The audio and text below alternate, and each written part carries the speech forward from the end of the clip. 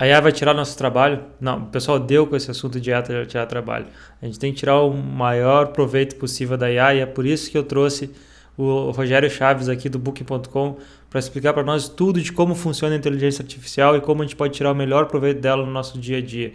Ele trabalha com IA, então ele vai explicar como integrar com a inteligência artificial, quais são os trends de inteligência artificial, como funciona a inteligência artificial. Então é um podcast muito massa, eu aprendi bastante com ele, tenho certeza que vocês vão aprender bastante também. Vamos lá, que vai ser tá massa demais. Então tá, pessoal, hoje eu tô aqui com o Rogério para falar sobre inteligência artificial. Cara, eu tava empolgado por esse papo, quero saber até quando eu tenho trabalho, ou se a gente tem como usar as máquinas antes delas usarem a gente. E, pô, e é engraçado porque quem tá vendo esse episódio não sabe, né? Mas a gente já gravou esse episódio uma vez e aí se perdeu parte do vídeo. Nem a inteligência artificial conseguiu salvar parte do nosso vídeo. Não E aí a deu. gente tá gravando de novo. Mas é bom que a gente tá gravando a segunda vez porque agora a gente tá mais afiado ainda para falar sobre esse assunto. E inclusive a tua empresa, o Booking, tu vai falar um pouco, lançou coisas que antes não tinha lançado quando a gente gravou, né? Então a gente não podia falar e É, agora pode. Então esse daí a gente vai mais a fundo ainda nos casos de uso reais da inteligência artificial. E, pô, eu chamei o Rogério porque, é uma pessoa que eu já trabalhei na Totor, que sei da competência técnica dele, uma pessoa muito bacana. E é uma pessoa que está muito envolvida com inteligência artificial, então é um grande privilégio, eu acho, conhecer alguém com esse conhecimento para a gente trazer aqui. O Rogério trabalha no Booking em Amsterdã. E, pois é, Rogério, fala um pouquinho de ti, o que tu faz, como tu chegou na inteligência artificial, como tu chegou no Booking, o que tu faz em Amsterdã aí, verão agora, né, tá bom aí? agora tá show aqui. Verão na Europa é maravilhoso.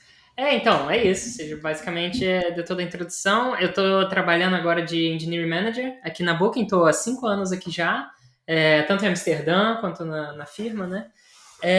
Mas meu interesse por inteligência artificial faz muito tempo que eu tô seguindo aí, desde quando estava lá em Porto Alegre, né? Falando bastante de JavaScript, mas eu já tinha pensava assim, porque eu lembro que eu meio que perdi o hype do mobile, né? Bom, todo mundo começou a criar aplicativo, isso foi a indústria que gerou os últimos bilhões de dólares aí. Mas eu tava pensando assim, qual é a próxima grande coisa? E tinha algumas coisas assim ganhando mais hype, e uma delas era machine learning, né? Não chamava de AI na época. É, e é uma parada que eu me interessei muito, que eu curti muito, e eu comecei a estudar desde lá. Então, estou há 7, quase 8 anos agora, focado nisso, estudando isso. É, e, e aí a coisa foi evoluindo muito rápido. Então, apesar que eu estou acompanhando todo esse tempo, tem muito, é um universo enorme, assim. Mas aí quando chegou esse ano, que foi uma coisa atrás da outra, assim, violentamente mudando muito rápido. Quando chegou o chat GPT, né? Mudou tudo, já tinha mudado tudo antes com o Midjourney, com o Dali, né? Já que é tudo naquele frenzy de gerar imagem, e ainda veio o chat GPT para matar de vez, para ninguém ter mais dúvida que, tipo, isso é inteligência artificial mesmo, sabe? Porque antes era tipo, tá, inteligência artificial é se jogar xadrez. Aí beleza, agora joga xadrez. Não, mas não faz tudo igual a gente imaginava. Então é se começar a, sei lá, dar sugestão, igual um ser humano, começou a dar sugestão. Não, mas ainda não é suficiente. Agora a gente tá aí conversando com uma parada que passa qualquer teste de Turing, né? E aí eu tô muito empolgado com toda a possibilidade que essa parada pode gerar, assim, até para nossa profissão como programador, mas também como para o software no geral, né?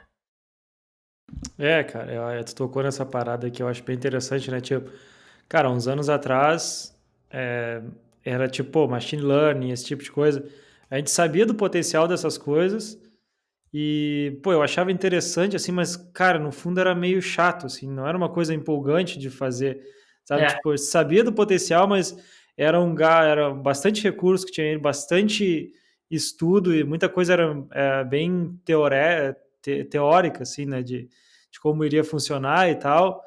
E aí, isso aí que tu falou é verdade, cara. Do nada. Tanto que o próprio Chat GPT, né, acho que é a versão 3, se eu não me engano, ou não, a 2, anterior dessa que explodiu, aham. não era uma coisa interessante. Então eu olhava, tá, legal, isso aqui não vai me substituir amanhã. Mas, cara, Não. quando saiu a versão que explodiu agora, foi a 3, né, que foi que explodiu, né? Então, mais ou menos. A 3 já existe há mais, tipo assim, há 2 anos agora. Só que Sim. a galera não percebeu o potencial daquilo. O que acontece? A OpenAI melhorou um pouquinho a parada, eles chamam até de 3.5, na verdade, o ChatGPT. Hum, Eles melhoraram um pouquinho e colocaram uma interface de chat em cima, e aí isso já fez a galera explorar. E enquanto isso, eles já estavam trabalhando no background pro GPT-4.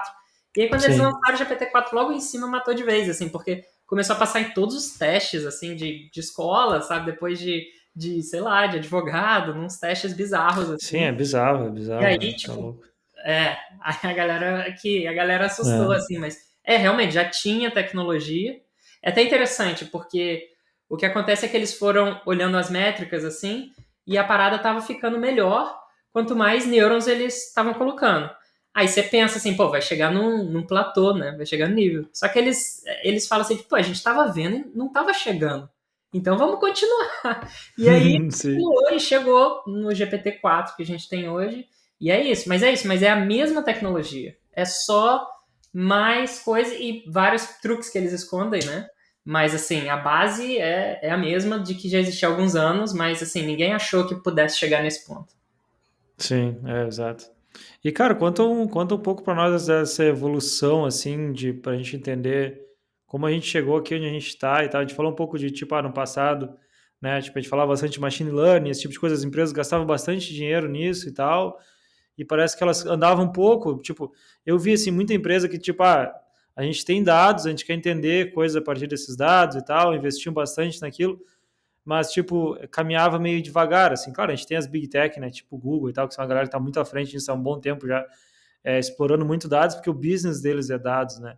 Mas outras empresas, tipo o Booking, por exemplo, eu sei que o Booking também é meio evoluído nisso, mas eu Uhum. acho que o negócio da inteligência artificial abriu mais portas, assim, que antes não tinha também, né. Depois falar um pouco dessa evolução para nós, acho que seria interessante.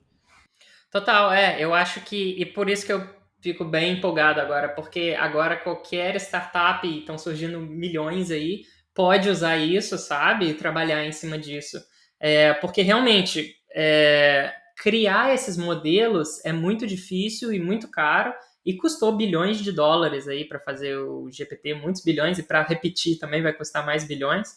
A gente ainda não tem como otimizar isso. Só que Cara, uma pergunta aqui te cortando. O GPT, né? Eu tava vendo, acho que é 115 milhões, alguma coisa assim. Eles gastam ou mais que isso, que eles gastam para indexar tudo, né? Tipo, basicamente crawlar toda a internet e treinar o modelo, né? É um absurdo de dinheiro, né? É um absurdo, mas ainda é barato comparado com o que a gente tinha antes só. Então, para começar, É, a primeira onda, digamos assim, do machine learning mais moderno foi com só aprendizado supervisionado. Então, você começou a ter mais poder computacional, você começou a ter mais dados disponíveis. Então, você tem lá os dados da sua empresa, sei lá, de vendas e dos seus clientes. Você pode colocar alguma coisa para prever e fazer previsão de venda, por exemplo.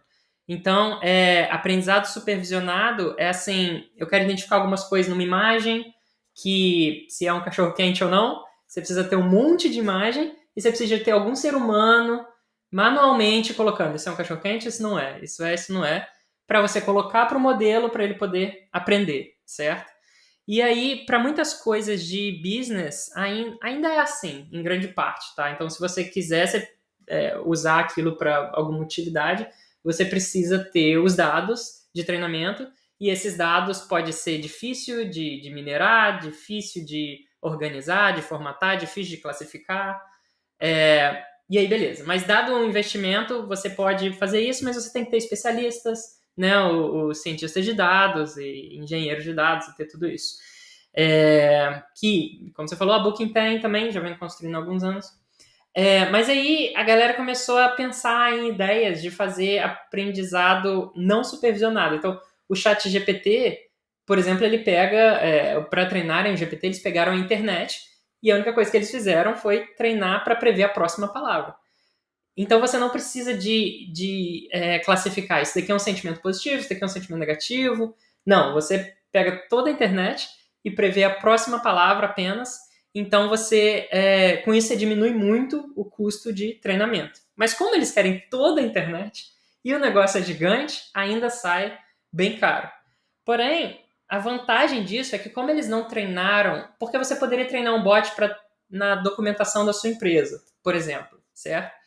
e você fazer isso em casa. Mas você teria que ter expertise de como construir uma rede neural né, que faz isso bem para o seu caso de uso bem específico.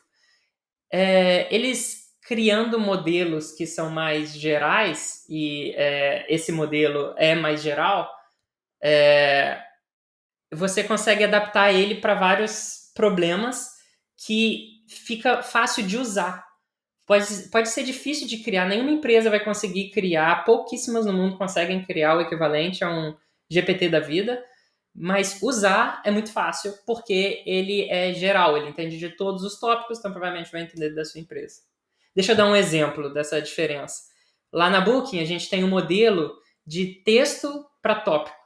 Por quê? Por exemplo, eu trabalho em atrações. Então a gente vende lá barcos, passeio de barco, museu, tours, sabe? Com guia.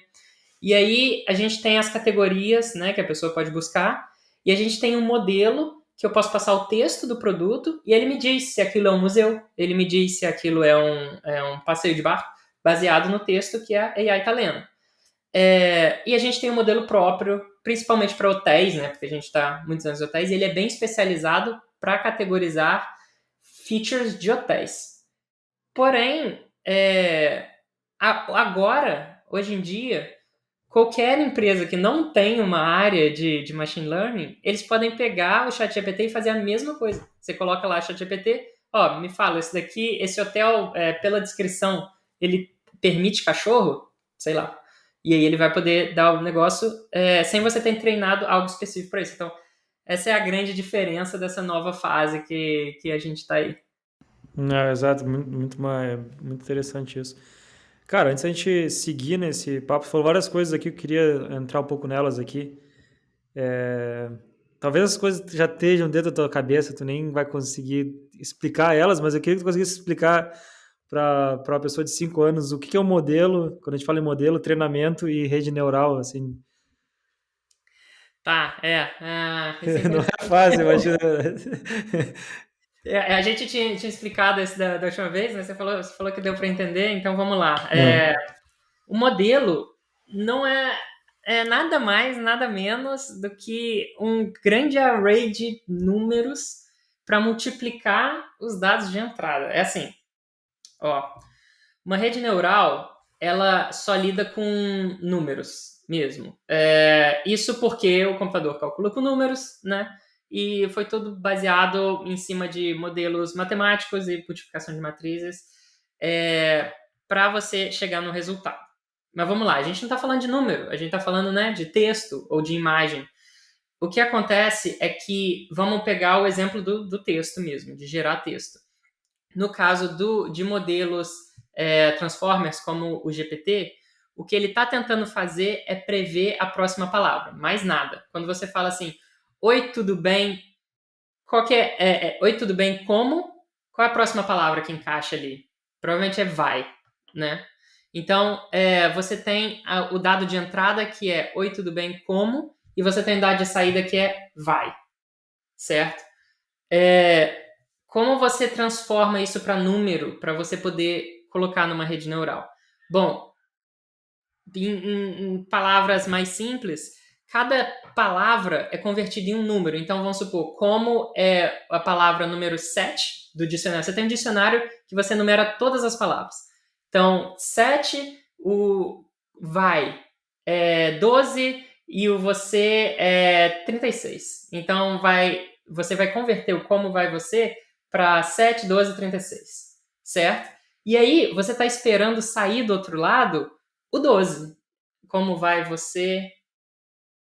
Já me confundi um pouco no exemplo. Mas enfim, você está esperando a próxima palavra, que também é um número, no final, certo? No output. Como que você faz isso? Você pega esses números do input, que é um vetor, e você vai multiplicar por outros números aleatórios, certo? E essa multiplicação tem que dar o resultado que você vai estar esperando. Como que você acha os números que você tem que multiplicar para achar? Você poderia fazer ali alguma matemática, alguma regra de 3, alguma coisa assim para poder achar, porém, não são só, sei lá, um número que você multiplica todos esses três e chegar no resultado final. eles colocam várias camadas, e é isso que é a rede neural.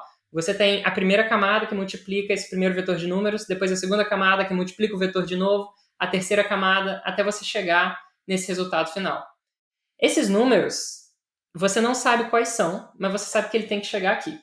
Então você inicializa ele com 1, por exemplo, com algum número aleatório, 1, 5, 7, qualquer coisa assim. E aí você faz o cálculo e vê o quão longe você vai chegar do resultado final, porque você começou com um número aleatório, você estava esperando, sei lá, 15 e você chegou em 16 mil, por exemplo.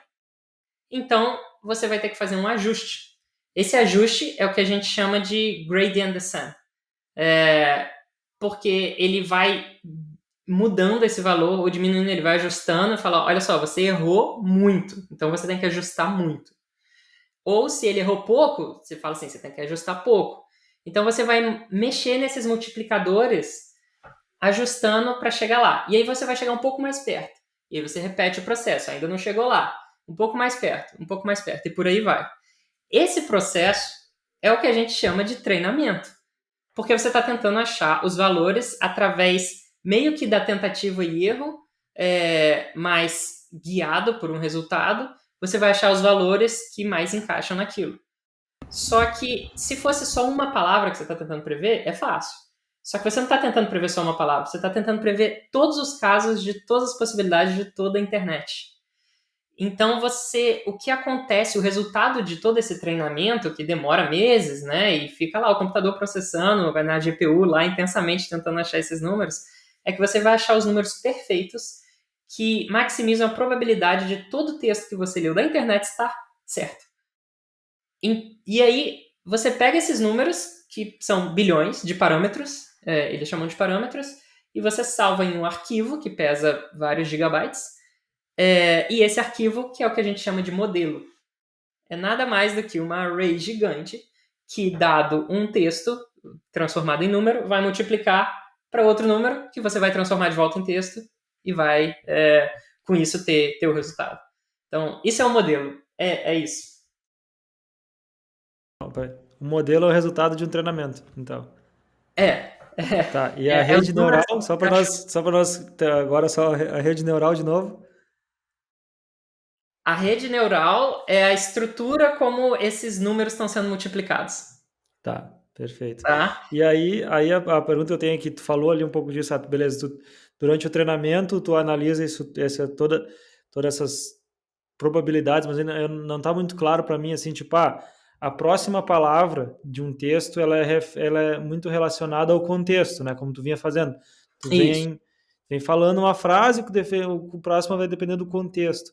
Então, no modelo, ele tem todas essas probabilidades salvas em algum... Como é que ele... Porque, Isso, tipo, ele vem então, calculando, né? ele não salva essas probabilidades, ele descobre, ele chega em um número que vai satisfazer a maioria desses treinamentos. Não é que ele salva a probabilidade de cada coisa, mas meio que é também. Não é como se ele tivesse a informação memorizada da internet. É mais como se fosse uma compressão com perda da internet. Então, como se fosse um JPEG, você salva a imagem, você salva o JPEG, você diminui a qualidade, mas você também você diminui o tamanho, mas você também perde um pouco da qualidade. Então, é mais ou menos eu te falar, assim, não sei, eu te explicar alguma coisa sobre como uma rede neural funciona, ou sobre como um buraco negro funciona. Eu te explico alguma coisa, você não vai lembrar exatamente das palavras que eu disse, mas você vai entender o contexto geral, você vai entender a ideia geral, você vai guardar isso. Então, você vai guardar aquela informação, mas com perda.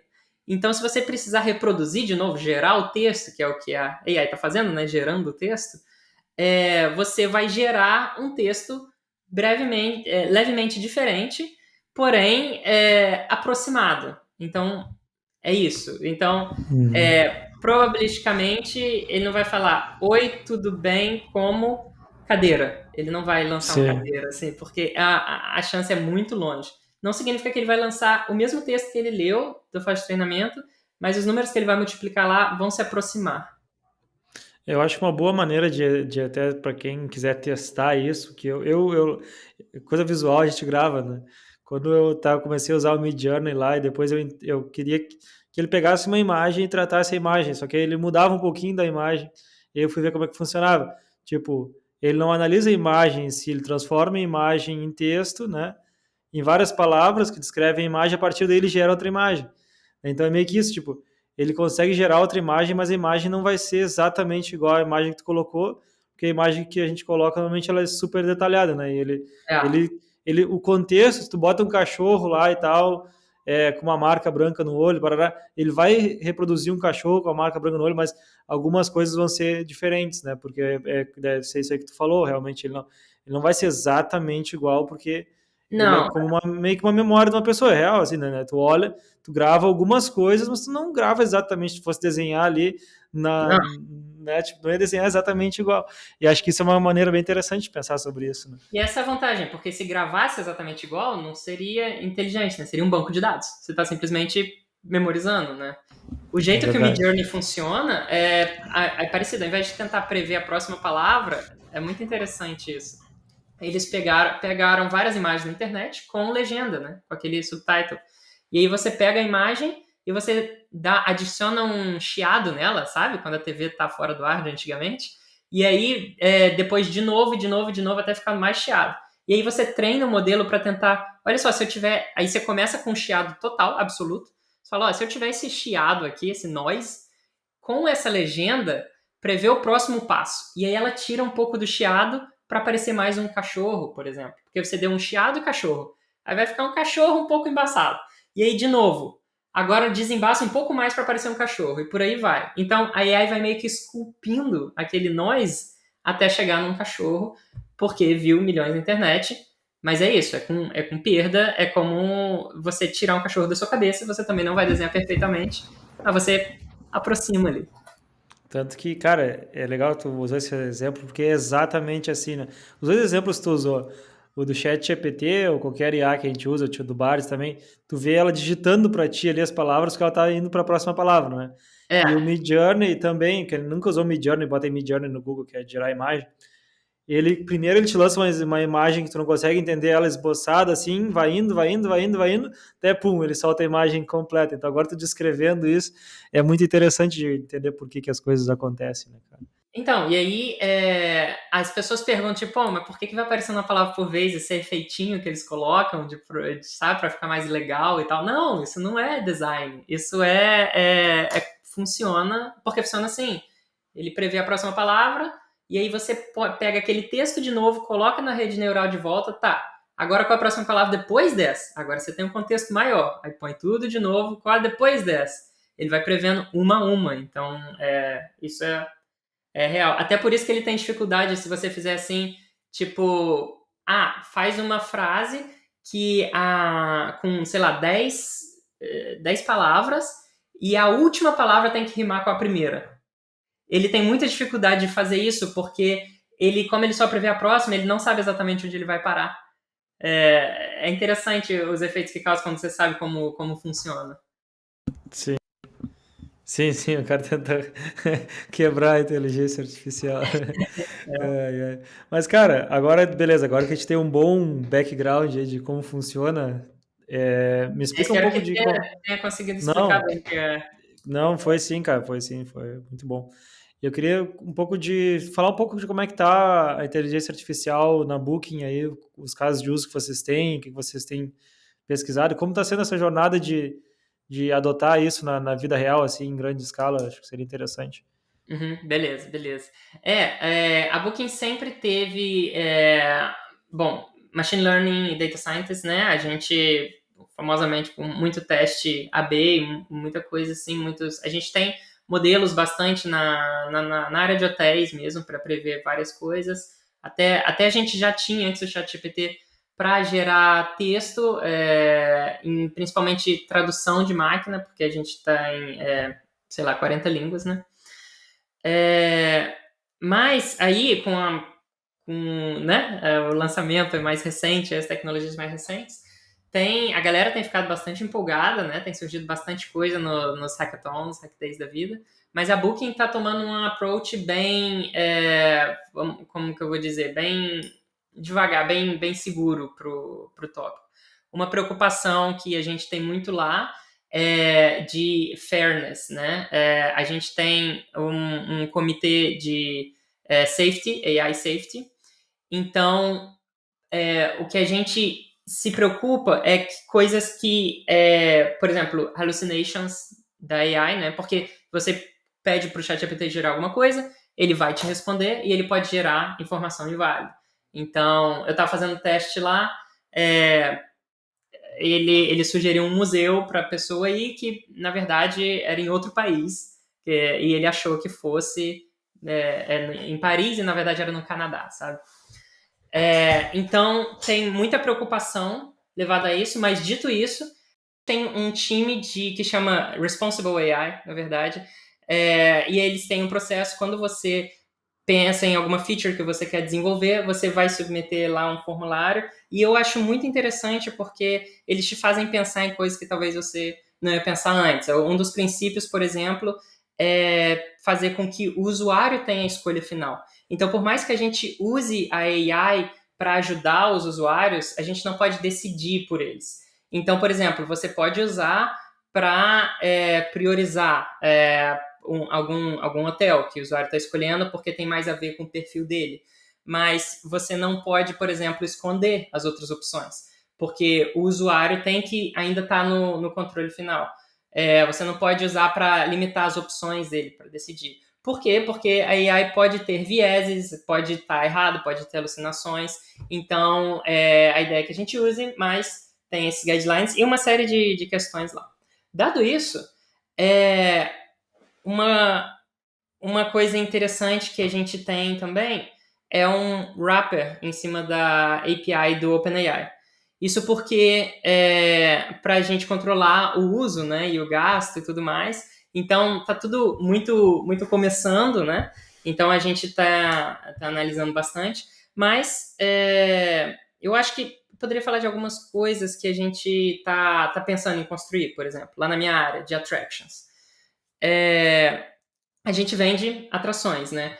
E uma grande dificuldade que a gente tem é de gerar mais conteúdo e dar mais informação da atração para a pessoa, que isso exige trabalho humano. Uma das coisas que a gente pensou, por exemplo, tô viajando aqui, tá chovendo.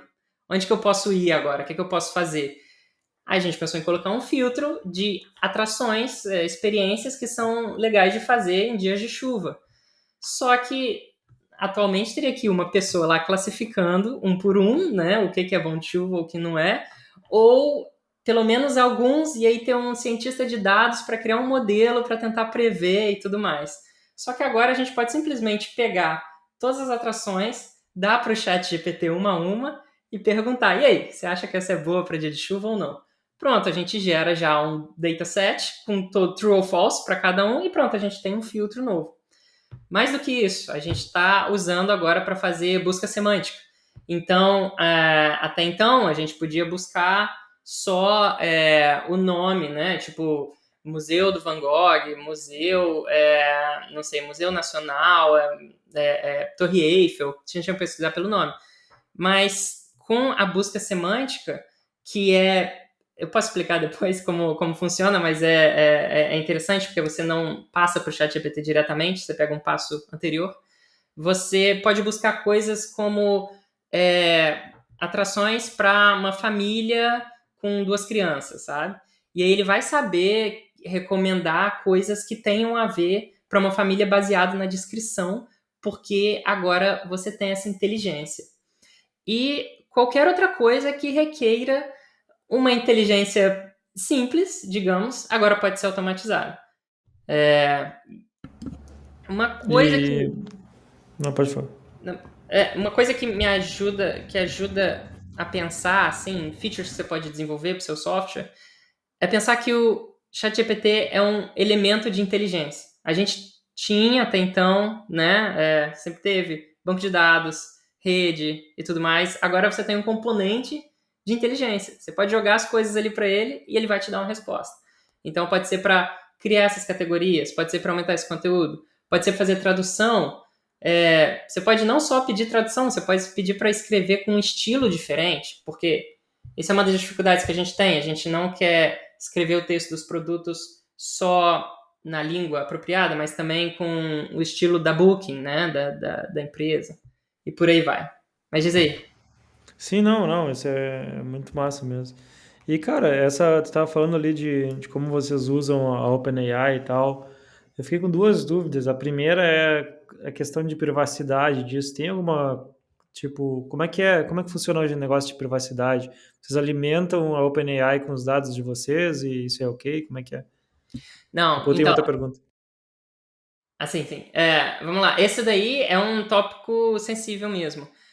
Atualmente a gente só pode usar para dados públicos. Então, a gente joga os nossos dados para OpenAI, igual eu tô falando de atrações, né? São dados públicos, qualquer um pode ir lá no site e ver, então não tem problema. Dados privados de clientes ou da empresa, então coisas de back-office, assim, a gente não pode usar, a gente ainda não tem um acordo com eles para ter essa confiança, né? Então, o que acontece é que pode ser que tenham dados privados no meio das informações que você está passando para eles. Então, por exemplo, agora a gente tem o chatbot, né? Eu posso falar um pouco mais dele daqui a pouco, mas qualquer coisa que o usuário digita tem que ser filtrado. A gente tem um filtro de PII. Então, é um outro modelo, esse roda internamente, que ele filtra se a pessoa colocou o nome dela real ali, o e-mail, cartão de crédito, qualquer coisa, a gente filtra tudo e o que passa para o ChatGPT é sem nada disso, sem nenhum PII. Só informação de contexto mesmo, né, que passa. E É, daí nessa linha, ainda nesse contexto, assim, tipo, o ChatGPT, o OpenAI, a gente sabe que ele tem 2 anos, eu acho, de delay, né, dos dados. Aí sim. como é que vocês treinam ele com os dados de vocês? Vocês treinam ele com dados de vocês, alguma coisa assim? Tem que alimentar ou não? Não, mais ou menos. A gente não treina eles com nossos dados, mas a gente faz ele usar os nossos dados. Porque, primeiramente, para atrações e coisas assim, 2 anos é um delay ok, né? O mundo para viagem não muda tão rápido assim. Mas, então, a inteligência dele já nos é muito útil. Mas, de qualquer forma, um outro grande problema, não só ter o delay, é alucinação. Como eu falei, recomendar um museu que não existe, sabe? Ou que está num outro lugar, assim, ele confundir as coisas. Então, a gente quer que ele pegue realmente do nosso catálogo. Então, o que a gente faz?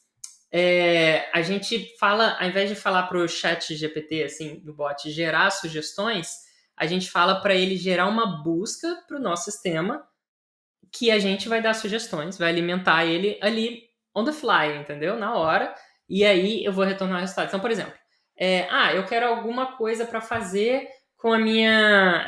Eu tô com a minha esposa e meus 2 filhos aqui em Paris. O que eu posso fazer?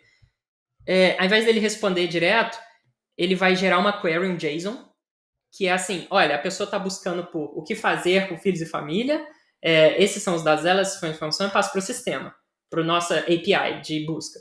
Nossa API de busca vai fazer a busca, vai retornar: olha, esses são os resultados que eu achei. Tem esse parque aqui que vocês podem ir, né? Tem esse, sei lá, esse museu infantil, tem isso, aquilo. E aí a gente vai dar para o ChatGPT: olha só, ChatGPT, essas foram as respostas do meu sistema. Agora responde a pergunta original do usuário com base nessa resposta que você pegou do meu sistema. O usuário não vê esse meio do caminho. Isso é oculto para ele. E aí o ChatGPT pega e responde, vai lá, escreve, e a gente coloca também, né, uns widgetzinhos, uns negócios bonitinhos assim, para ter interação. Mas, então com isso ele não vai sonhar, não vai imaginar, porque ele não está tirando da própria mente. A comparação que eu faço é que, imagina que você está conversando com um agente de viagem, tá? A pessoa é expert. Existe uma diferença porque o GPT-4 é expert em tudo, né? Existe uma diferença em você falar com esse agente de viagem na rua, assim, do nada. Tipo, o que eu posso fazer sei lá, em alguma cidade perdida da França aí? Aí ele vai, o que você pode fazer? Eu acho que isso. E ele vai te dar umas respostas. Só que essa pessoa pode errar, certo? Porque é uma pessoa, tá tirando da própria cabeça. Mas mesmo assim é ok. Porém, se você sentar com essa pessoa, ela tá lá no computador da agência de viagens, ela vai poder consultar para você e te dar uma resposta muito melhor. Então, é basicamente isso que a gente está fazendo ele fazer. E se essa pessoa for o computador, né? Melhor.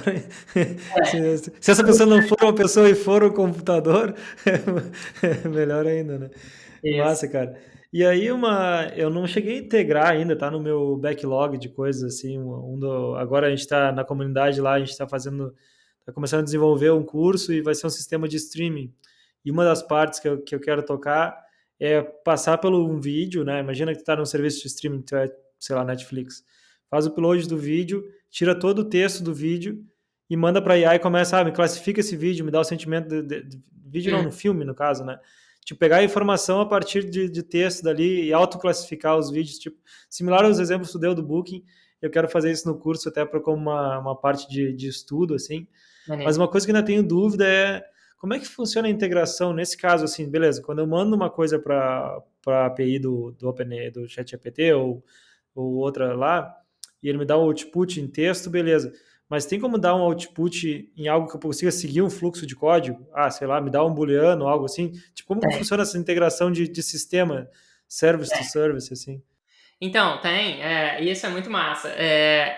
Tem desde sempre, assim, o que eu fazia antigamente era pedir, por favor, escreva um JSON válido, por favor. E Por aí, favor, eu também é, não acostumei a usar, eu já estou digitando, por favor, faça tal coisa. Pô, e depois, é que nem a Alexa em casa.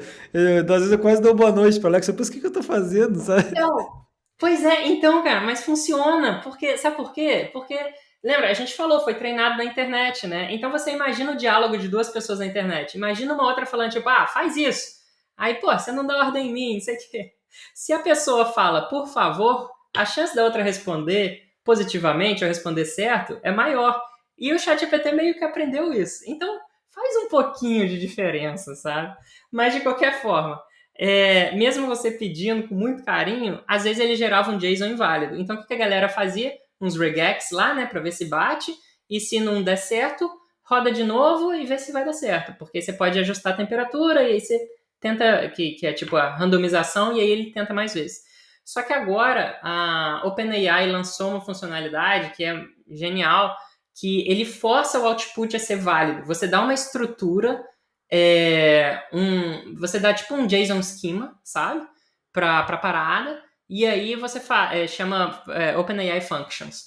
E aí você dá essa estrutura, isso força a AI a gerar uma resposta apenas naquela estrutura. Como que eles fazem isso? Lembra que, né, a gente falou, eles vai gerando palavra por palavra. O que eles fazem é pegar, ele gerar o próximo token, ele nunca gera é probabilidade, né? Então ele tem todas as opções.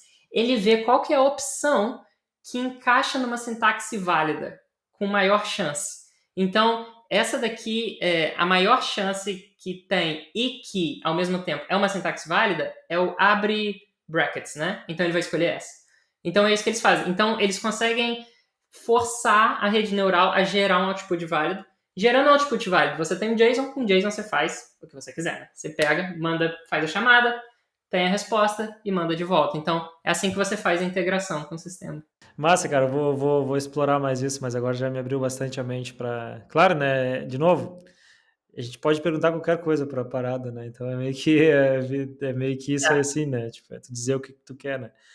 Tá, então agora a gente já entendeu um pouco como é que funciona, entendeu os casos de uso e vamos para a pergunta complexa agora. A gente vai ser substituído? Ou como que tu vê o futuro do trabalho e inteligência artificial? Quem dera, né? Seria bom demais, não precisasse trabalhar. Tô legal, já disse, ficar escrevendo as mesmas coisas sempre ali. Pois é, né? Seria ótimo. Mas eu acho que não. Infelizmente, eu acho que não. Ainda não tá lá. Se você brinca com a AI um pouco, é um ótimo pair programmer. By the way, tipo, eu gosto muito de programar. Se você não só pede como Stack Overflow, né? Se você realmente trabalha, tipo, pô, tô tentando construir esse sistema, assim assado, é isso que eu me importo mais e tal. Se você tratar como um par, você vê que te ajuda bastante. Mas você também pode rapidamente chegar nas limitações, assim.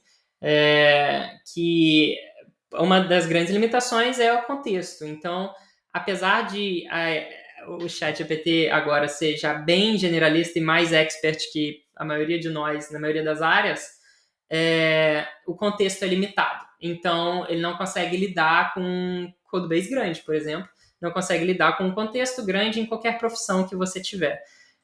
O que é o nosso dia a dia. Muitas tentativas estão sendo feitas de tentar quebrar essa barreira e tentar aumentar esse contexto, mas até agora não conseguiram muito. Mas, de qualquer forma, avançando isso, vamos supor que resolve esse problema, né? É aquilo, né? O que eu vejo mais é que são poucas pessoas que vão ser substituídas mesmo. É muito mais provável, especialmente a curto prazo aí, que isso vai ser uma ferramenta no nosso arsenal e vai aumentar muito a produtividade. E aí é aquele velho clichê, né? Não é que a AI vai substituir as pessoas, são as pessoas que sabem usar a ferramenta, né, AI, para ser mais produtiva, vão substituir as que não sabem. Então, questão de se atualizar. E isso é interessante que tem uma pesquisa que um paper, né, que publicaram, uma galera da OpenAI mesmo, mas em conjunto com outras pessoas de fora também, economistas, gente que estuda isso. É interessante o jeito que eles propuseram esse problema. Eles fizeram para vários profissionais de várias áreas e também perguntaram para o ChatGPT-4 não se a pessoa seria substituída pela AI. A pergunta que eles mudaram um pouco a pergunta, fazendo o seguinte: ajudaria nessa sua tarefa do trabalho? Então eles pegaram o trabalho de uma pessoa, um exemplo que eles dão é radiologista. Esse é um exemplo bom, porque desde quando começou o machine learning falaram que os radiologistas iam ser substituídos, né? Porque é só detectar padrões na imagem. E desde que essa previsão foi feita, só aumentou a necessidade de radiologistas no mundo. Então, não, ainda não se concretizou. Mas, de qualquer forma, eles pegaram... O que essa pessoa faz? Ela pega o histórico do paciente, ela atende o paciente, aí ela vê os padrões no raio-x, aí ela dá o encaminhamento e tudo mais. E aí fez a seguinte pergunta: a AI pode te ajudar nisso? Tinha as opções não, sim, totalmente, ou parcialmente. E aí eles viram que metade das profissões inteiramente era não, simplesmente não. E só 10% que era sim das tarefas que podem ser substituídas, e 40% era assim, vai ajudar. Então, esse é o caminho que mais vai acontecer. Então, 40% das coisas que a gente faz podem ou vão ser ajudadas por AI, e, na maioria das vezes, o que é interessante em trabalhos mais bem pagos. É a primeira tecnologia que está substituindo não quem está na base, mas quem está mais em cima. E, de novo, não é isso de substituir, é de ajustar. A menos que a gente tenha algum outro super avanço aí, mas por enquanto, não. Então, Cara, felizmente, eu acho que tu tocou na coisa que eu acho também, assim, eu concordo com o que tu falou ali, que eu acho que, na verdade, a gente está indo para o próximo nível de produtividade, assim, né? Hoje em dia, eu já penso, cara, como é que eu vivia sem isso antes, assim? Porque tem umas coisas que sempre foram chatas de fazer no dia a dia, só que a gente não tinha opção, então a gente não pensava assim, ah, não, isso aqui é chato. Mas agora a gente vê que, tipo, sabe, cara, isso aí tu falou de parear mesmo no dia a dia. Faz um bom tempo que eu uso um monitor só, porque antes eu usava dois monitores, eu tirava meu foco, ia pro Slack, voltava, umas coisas assim. Mas eu tô louco para comprar outro monitor e deixar o chat GPT aberto, ou o Copilot Chat aberto e outro para servir de meu par. Porque, cara, no dia a dia é exatamente isso. Eu tô sempre ali perguntando coisa e tal, interagindo como se fosse um pair, assim, e eu sinto que isso me agilizou muito, assim, tipo, eu não fico mais, sabe quando fica travado nas coisas, saia buscando por tudo e tal, cara, tu começa a conversar ali, começa a dar contexto, e ela vai te alimentando nos problemas, cara, muito complexos, assim, né? Então, tipo, E...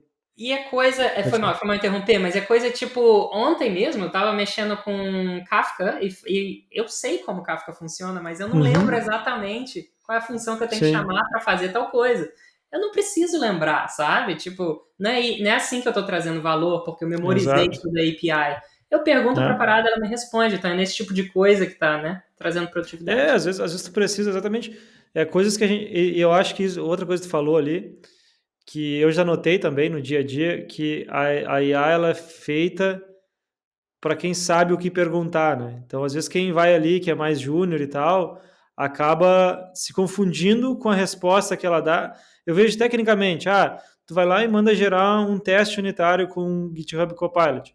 Cara, às vezes ele perde o contexto e te gera umas coisas que não fazem sentido.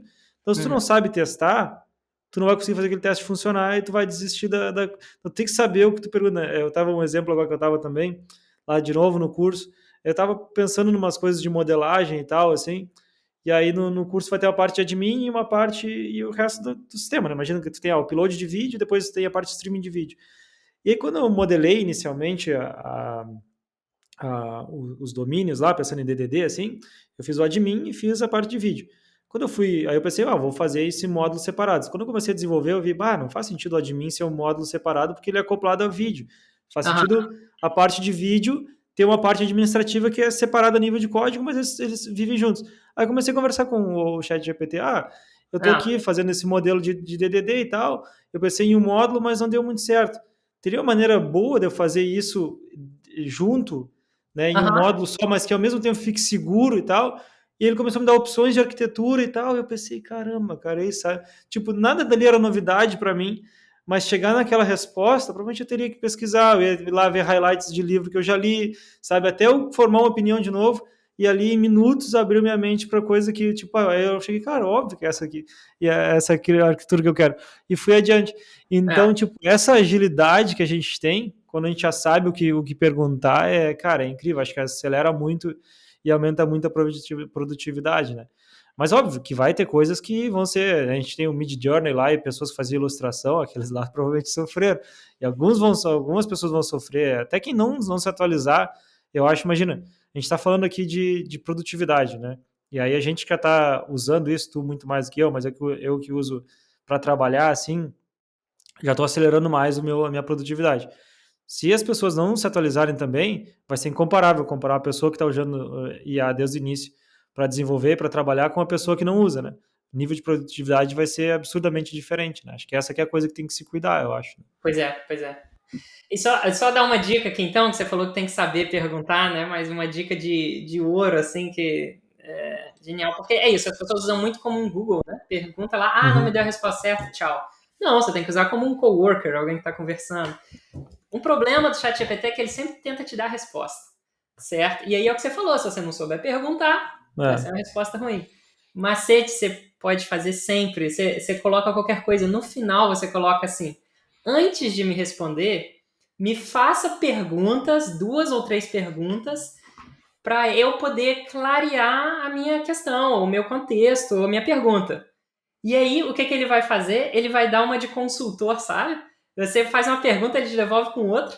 Só que essas Uhum. perguntas são muito boas, sabe? E aí, ele vai te ajudar a escrever um prompt melhor para ele mesmo. E aí, ele vai te perguntar, mas e isso? E esse caso? E por quê? Sei lá. Você vai lá, responde, pronto. A sua resposta já melhora a sua resposta automaticamente. Cara, isso aí quando a gente gravou o último lá que a gente teve que jogar fora, tu falou disso. E aí eu comecei a usar e realmente é sensacional, cara. Porque consegue mudar até o caminho tem coisas que tu não tá pensando e tal, mas que tá no contexto dele e ele consegue É. fazer as perguntas muito boas e ajudar bastante. Essa daí é uma dica de ouro mesmo. Então tá, a gente está se encaminhando aqui para os 10 minutos finais. Eu queria entrar agora na parte de quem a gente não vai ser substituído, então a gente vai ter muito para trabalhar ainda. Quem quiser começar a trabalhar com inteligência artificial, mais ou menos essa linha que tu trabalha e tal, assim, por onde começar, o que são as coisas para começar a estudar, né? A gente tem LLMs, né, as coisas open source, esse tipo de coisa. Eu queria que começasse passasse por isso e explicasse um pouco disso. E depois disso, eu queria deixar uma pergunta para ti. Eu estava lendo um artigo sobre cargos, né, que estão nascendo. Então quando a gente pensava em machine learning e tal, tinha engenheiro de dados, tinha engenheiro até de infraestrutura de machine learning e tal, e agora está nascendo isso para inteligência artificial também, né? Tipo, É. de engenharia de infraestrutura de inteligência artificial mesmo, né? E tal. Tu acha que isso é uma coisa que faz sentido? Como é que tu vê isso? Eu não sei se seria nem de infraestrutura, tá? Eu vejo mais como é, alguém que realmente eu vejo essa profissão surgindo aí, tem muitas coisas que estão sendo construídas em cima de LLMs e que exige uma expertise, em parte de como você cria esse sistema, porque são chamadas de LLMs em cima de chamadas de LLMs, como você conecta tudo isso, como você mantém um contexto, como você constrói um chatbot bom, e aí como você avalia que ele está dando certo, como você debuga, como você mede, entende o que está acontecendo por trás. Tudo isso precisa de bastante expertise de desenvolvimento de software, tá? Então você não precisa saber toda aquela matemática e tudo mais. É muito mais organização de software que cientistas de dados muitas vezes não têm, porque eles, né, vai tudo lá no Jupyter Notebook. Mas ao mesmo tempo você precisa entender um pouco de machine learning, né? Entender como está funcionando por trás ali, e quais são as limitações com a lógica. E esse meio do caminho aí, eu vejo surgindo muito, sabe? Assim como, não sei, teve a união entre Dev e Ops, né? E aí a galera chama de DevOps aí. Então eu vejo uma nova vertente surgindo. Eu acho que está muito cedo, então qualquer um pode entrar nessa área, a gente está só começando, de novo, a parada foi lançada esse ano e tem muito para evoluir. E para mim, para quem é das antigas lá, né, que agora a gente está no React, eu comecei lá no jQuery, para mim, a gente está no momento jQuery agora. O que você vê explodindo aí de framework, de LLM, né, de ferramentas e startups e tudo em cima disso, é porque realmente está começando. Então, se você pega aí no início e acompanha, daqui a um tempo, né, se isso realmente explodir, você pode chegar longe. Bom, eu diria que se te interessa estudar mais a parte de Machine Learning, você quer entender mais a fundo, tem um podcast que eu recomendo muito, Machine Learning Guide, eu posso mandar o link aí depois, o Valdemar põe aí. Se você já quer ir mais de cabeça, assim, já quer brincar, eu recomendo realmente pegar para brincar. Ver as APIs lá do OpenAI, tenta construir alguma coisa. Não é difícil, sabe? Brinca lá com os prompts, você vai conseguir chegar longe já. Mas também tem um site que é novo também, do Andrew Ng, que eu recomendo, que é o deeplearning.ai, tão fácil de lembrar. E ele tem videoaulas lá, até de LangChain, por exemplo, que é o framework que está mais famoso aí para criar coisas com LLMs. E é isso. Para eu dar um exemplo, na Booking agora a gente tem um chatbot que eu acabei não comentando muito, mas a gente lançou um chatbot que é um agente de viagens para te ajudar, né? Foi lançado por enquanto só nos Estados Unidos, está em experimento, né? Mas se você entra, ele te dá dicas para achar hotéis e tudo mais.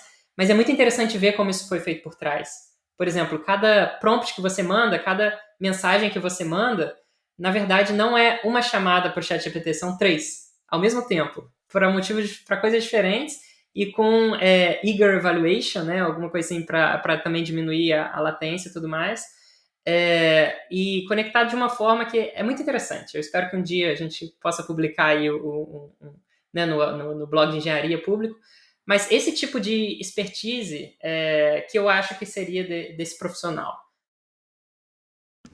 Faz sentido, faz sentido.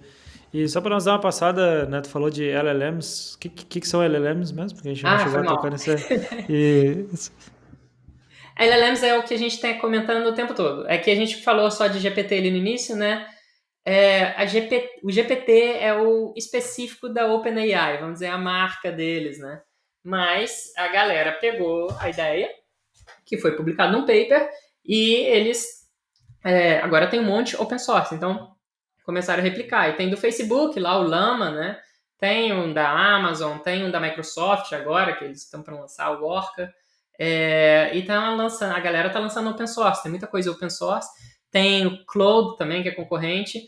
Todos esses, eles não são GPTs, eles são LLMs. Esse é um nome abstrato que significa Large Language Models, modelos de linguagem grande. Então, é basicamente um monte de número vezes bilhões, e aí por isso que é o large. Isso, esses são LLMs. Massa, faz sentido. E então, para nós fechar, tem algum outro que te empolga fora o ChatGPT? Eu sei que o Google lançou o Bard agora, que Eu acho bem interessante ele é conectado à internet e tal. Não sei como é que é o uso enterprise dele, mas o negócio de ser conectado em tempo real na internet é muito doido. Tu manda um artigo, uma coisa, ele entende. Então, ele não é conectado na internet. Ele faz exatamente o que eu falei que o nosso faz. Ele faz uma busca. Quando você fala com o Bing Ah, Chat, ele também faz uma busca. Porque ele não tem. Então, ele é conectado na internet, certo? Mas é como se você estivesse falando com alguém super inteligente que também tem um computador para pesquisar. Só que é o sim, Google, né? Então ele consegue fazer isso instantaneamente. Então você nem repara, mas não é. Ele também está atrasado no treino, não tem como ele ser ao vivo, sabe? Porque isso entendi. custa muito dinheiro. Mas sim, então ele está buscando, vendo a informação real, em tempo real, e te respondendo. E aí. Então, o Bard é interessante por isso. Mas em questão de inteligência, ele ainda está longe do GPT-4. Eu acho que as AIs open source me empolgam. Porque, apesar que elas também estão atrás, quando se compara o GPT-4, o único que está mais próximo é o Claude, tá? Mas com as AIs open source, você pode treinar, inclusive, com seus próprios dados e você consegue direcionar ela para alguma coisa. Então, por exemplo, a gente fez isso na hackathon passada aqui na empresa. A gente treinou uma AI open source em cima da nossa documentação. Então, é basicamente Hum, você conversar com uma pessoa que já leu toda a documentação da empresa, toda ela. E aí é bacana, isso é sabe? legal. É que não Ah, tem como você fazer com o chat GPT. Tem como você fazer isso que eu falei, manda ele fazer a busca e augmenta, né? sim, Mas esse daí fica ainda mais inteligente, porque além dele ter lido tudo, ele ainda pode buscar. Então, é como se falar com um programador que é expert em tudo da sua empresa. Assim. Então, sim, eu acho exato. interessante. Massa, massa. Então é isso. Então é isso, Rogério. Cara, muito obrigado. Acho que foi um baita papo aí que esclareceu várias coisas. E, e é isso. Acho que a gente está fechando aqui. Não sei se tem alguma coisa final. Eu sei que tem um grupo no Telegram, não sei se quer chamar o Isso, pessoal. isso, isso que eu queria Vai falar, lá. queria divulgar. Se você é interessado em construir ou tá brincando com qualquer coisa de LLMs e ChatGPT, desenvolvendo em cima, a gente tem um grupo de devs de LLMs no Telegram. Eu vou mandar ali o link ChatGPT Devs Brasil. Vou mandar o link pro Valdemar, ele coloca aí. E entra lá, porque a ideia é mesmo trocar ideia do que você está construindo, o que você está tentando aprender, tentando entender, fazer pergunta lá, a galera ajuda. E é isso aí. Massa demais, massa demais. Valeu.